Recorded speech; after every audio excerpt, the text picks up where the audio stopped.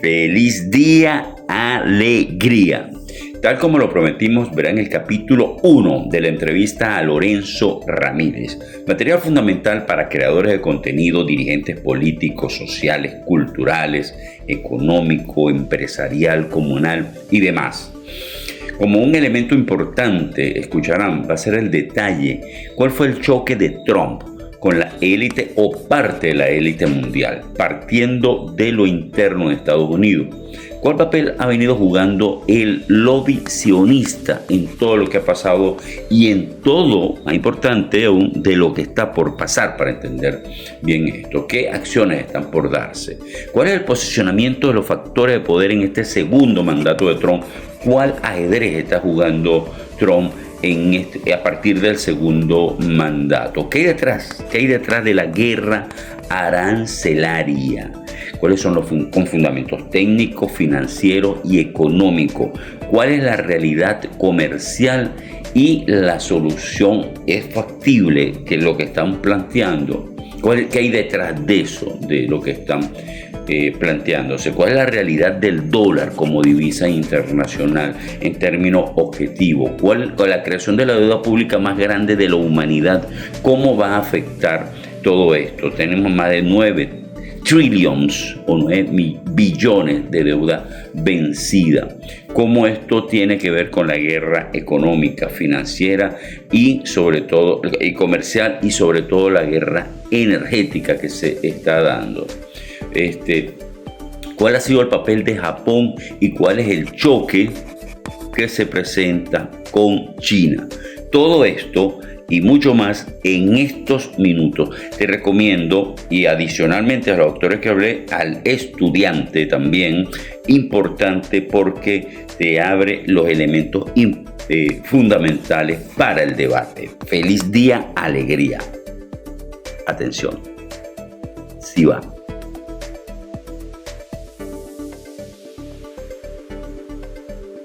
Trump ha sido un outsider de toda la vida de la política, pero ha sido un insider como industrial. O sea, Trump ha sido un empresario toda la vida, un industrial, que además siempre ha defendido las mismas ideas arancelarias erróneas que defienden nuestros días. Eso hace falta ver entrevistas de hace 20, 30, 40 años. Es decir, él se lo cree. Él cuando dice las barbaridades que dice sobre los aranceles o sobre la posibilidad de reducir el déficit comercial, él se lo cree. O al menos se lo ha venido creyendo siempre, a lo mejor lleva mintiendo siempre, no lo sé, pero era un hombre de empresa.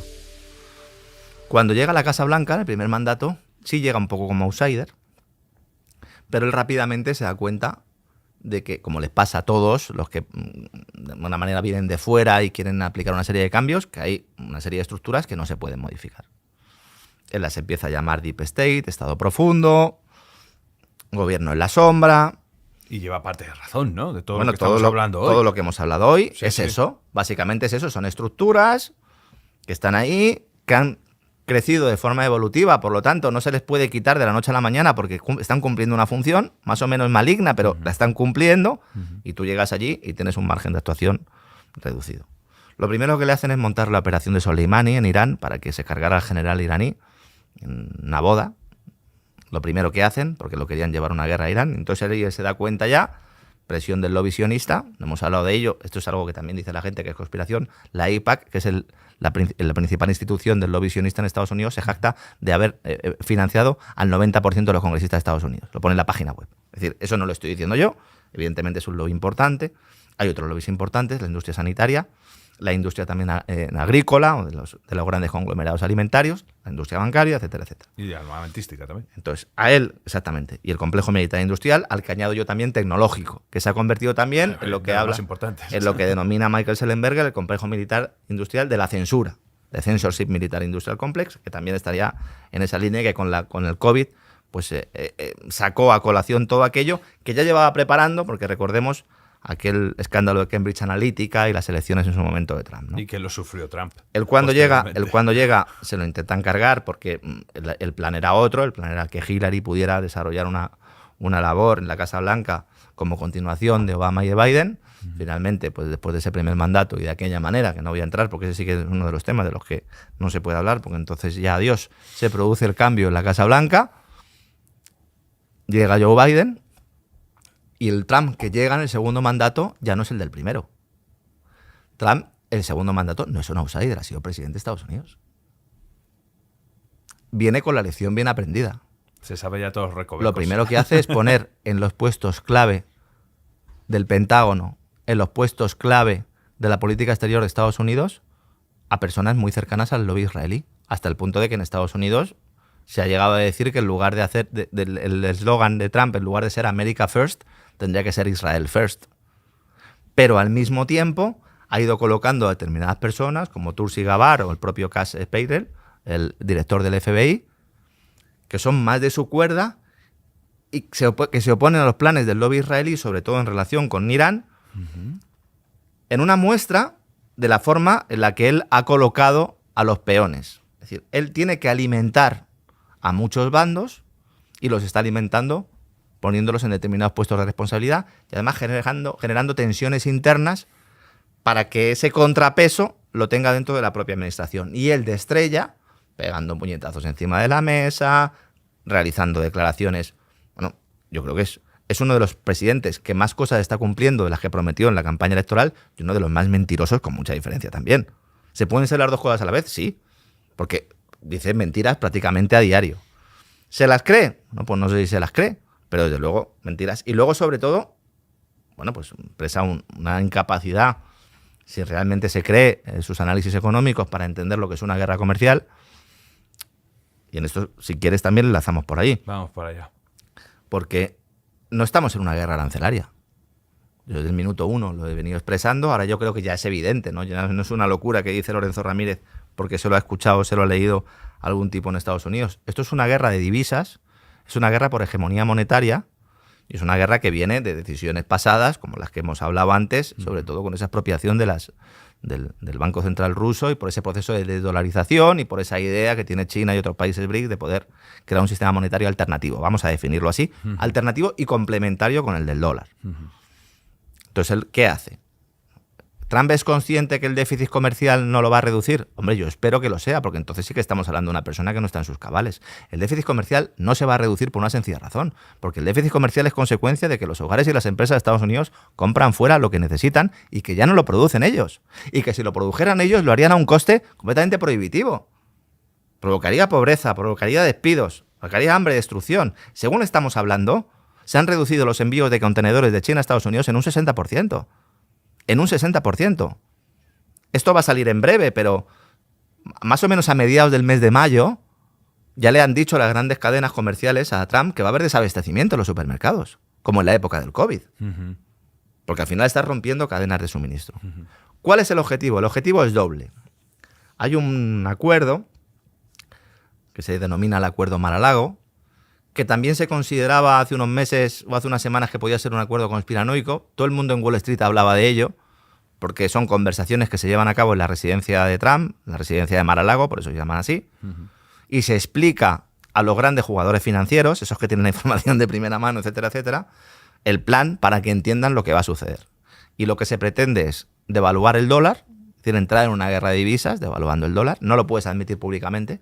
No puedes admitirlo. Pero lo están haciendo. Porque le estaré diciendo a los chinos, oye, no devaluéis, pero es una devaluación del dólar. Es un intento de generar caídas bursátiles controladas.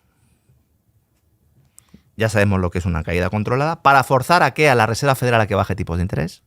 Porque la Reserva Federal con Biden bajaba tipos de interés, pero con Donald Trump no. Ahora vamos a entrar en la tercera, que sería la necesidad de refinanciar la enorme deuda pública de Estados Unidos, que esa la vamos a dejar para luego. ¿Qué sucede en el caso del dólar? Tú tienes una divisa de referencia, tú la devalúas y además con eso consideras que vas a aumentar la competitividad de tu industria. Esto es una visión muy del siglo XIX, muy del siglo XX, que puede... Que yo sigo pensando... Yo no la llego a entender. Es profundamente inflacionaria. Sí. Y que en un contexto va a generar inflación, le sirve muy bien a la Reserva Federal para decir, oye, hay un riesgo inflacionario, que es verdad que hay riesgo inflacionario, pero el riesgo inflacionario no está tanto en los aranceles como en la expansión de liquidez que se ha producido especialmente tras la pandemia, que es la mayor de la historia con mucha diferencia. Así es. De la pandemia hasta nuestros días se han creado la mayor cantidad de dólares que de la pandemia, desde la creación del dólar hasta la pandemia. Se ha creado más dinero de la nada en esa etapa. Entonces, esto es consecuencia directa. Hay que maquillarlo. Se maquilló con el COVID. Se maquilló con la emergencia climática. Nos decían que la inflación era también por los desastres climáticos. Con la guerra de Ucrania. Y ahora es Donald Trump. ¿Esto quiere decir que los aranceles no sean inflacionarios? No, claro que son inflacionarios. Pero evidentemente es una excusa para que la Reserva Federal pare. Si la Reserva Federal no baja tipos de interés, Estados Unidos entra en recesión sí o sí. Con o sin aranceles. Porque si uno se analiza cuál ha sido la evolución en los últimos años de la economía de Estados Unidos, ve que está a las puertas de la recesión. Pero es que no es que lo diga yo, es que lo dice Ray Dalio, es que lo dice todo el mundo. Sí, sí. Bien. ¿Qué es lo que salva parcialmente a Estados Unidos de entrar en la recesión? En buena medida, la guerra de Ucrania. Porque le permite crear una industria exportadora de gas que prácticamente pues, era inexistente. Que alguien me explique, por favor, por qué en el año 2019 estaban ya construyendo terminales de exportación de gas sin saber a quién se las iban a vender. Porque la corporación RAM publicó un informe diciendo, oye, ¿y si le metemos el dedo en el ojo a Rusia a ver qué pasa? Esto es como Pearl Harbor, ¿no? Claro. Vamos a meterle el dedo en el ojo que al final va a salir el oso y nos va a pegar un zarpazo, ¿no? Y entonces hay un desarrollo económico. La incertidumbre general hace que al final la Reserva Federal, los bancos centrales tienden a bajar tipos de interés desde ese punto de vista o de esa organización coordinada para seguir manteniendo la maquinaria y tú tienes un crecimiento económico que en buena medida es artificial. En el caso de Estados Unidos, sobre si hay caldo de cultivo para la recesión o no, analizando estructurales, podemos discutir. Sobre Europa no hay ninguna duda. Está. ¿Y por qué está bajando el Banco Central Europeo? Está ya. Claro, ¿por qué baja el Banco Central Europeo los tipos de interés? Pues porque si no, hay recesiones bastante profundas, ¿no? El caso de Francia también, que es el enfermo de Europa, ¿no? Sí, sí, sí. Bien. Entonces, el plan es ese. Dice, no, vamos a devaluar el dólar. Claro, hay un problema adicional. Y es que toda esa deuda que emitió, sobre todo Estados Unidos, Yellen, en el Tesoro, para refinanciar y para dar nuevas ayudas y planes de liquidez, para pasar la crisis bancaria del año 2023 también, todo eso lo puso a corto plazo. Es decir, no lo financió a 30 años, no, lo financió, vamos, que es que este año... A un año. Bueno, a 5 años, desde el 20 al 25, este año vencen 9 y pico trillón dólares de deuda a Estados Unidos. Sí, sí. Están pagando un interés, o sea, el coste de intereses de la deuda de Estados Unidos es de 1 trillion, es de 1 billón, por utilizar un poco la nomenclatura europea. Sí. Entonces, ¿cómo refinancias eso con un coste de la deuda creciente, con un bono de Estados Unidos a 10 años? Porque ellos quieren refinanciar a 10 años o a 30. Entonces, la deuda a largo plazo, la que te interesa que baje, esa que está subiendo, pues utilizas los aranceles para obligar a los países del resto del mundo a que te sigan comprando deuda pública de Estados Unidos y a que vendan dólares, haciendo que se deprecien y con esos ingresos compren deuda de Estados Unidos en su moneda local. Es decir, obligas a todos los países a que hagan lo que hace Japón, que es un protectorado. A mí me hace mucha gracia, ¿no? Cuando dicen país independiente. No, Japón es un protectorado. ¿Cómo puedes obligar?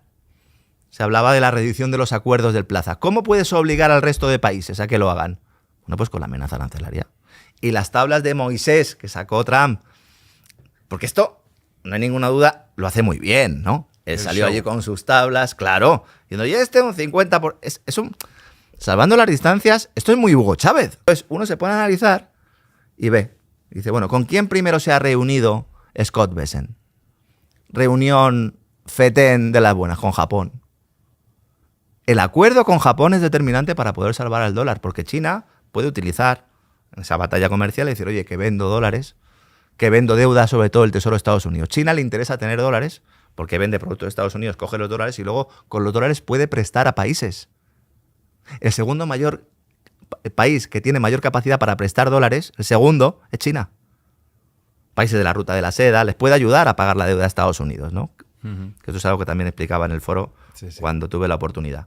Y luego, al mismo tiempo, la deuda que tiene China de Estados Unidos sí que la está vendiendo progresivamente, pero no la vende toda, porque quiere tenerla todavía como un elemento importante. Pero el primer acreedor... La deja vencer, en verdad. La deja vencer, sí. Pero el primer acreedor es Japón. Y depende fundamentalmente de Japón. ¿Y qué quiere Trump con este plan? El plan de Mar-a-Lago, como lo queramos denominar, ese plan Bessent-Trump, pues es obligar a los países a que compren deuda pública, utilizando también a la OTAN. Y esto se pudo ver en la filtración de Signal, ese chat famoso, se produjo una polémica en Estados Unidos, para el que no lo sepa, lo cuento muy rápidamente. Había un chat en el cual estaban representantes del Pentágono, representantes de la administración Trump, y justo antes del bombardeo de Yemen, que es un bombardeo que se produce también por orden de Israel, muy parecido a lo que te comentaba antes de Soleimani, pues hay unas conversaciones ahí, y estaba en ese grupo el editor de la revista The Atlantic. ¿Vale? Que no sé cómo estaba ahí. Bueno, pues es que este muy prorruso no es, también te lo digo ya. Vale. Luego, por lo visto, también había familiares y amigos. Yo no sé cómo estaba el grupo mía, ese de Signal. Mía. Y entonces, claro, el editor de Atlantic lo publica, ¿no? Y J.D. Vance y Scott Bessent Cuando, estaban todos cuando ahí. Claro, cuando empiezo yo a bucear y veo a Scott Bessent, digo yo, ¿qué pinta el secretario del Tesoro en un grupo en el que se está viendo cómo se bombardea Yemen? Y resulta que en las conversaciones, cuando uno accede a esos chats, ve cómo se deja caer y se dice, bueno, si nosotros somos los policías del mundo, si nosotros tenemos que ir a intervenir en Yemen para garantizar que haya comercio global, porque esa era la excusa, ¿no? No digo que sin razón, pero era la excusa, si nosotros vamos a reestructurar o vamos a ayudar a mantener la protección para el comercio global, pues entonces Europa tendrá que pagarnos. ¿Cómo? Comprándonos deuda pública. Y de eso se trata. Es una guerra monetaria que no ha empezado con Donald Trump, que desde hace años vivimos una guerra energética, una guerra monetaria, una guerra financiera, acompañado de la burbuja del todo, de Everything's Bubble, porque todo se mantiene sobre una burbuja de deuda, que es lo que yo denomino la deudocracia, que es lo que hace más difícil poder atisbar los movimientos que va a hacer cada uno, porque no responden tanto a criterios de mercado, sino a criterios de estrategia política, que además es cambiante, ¿no?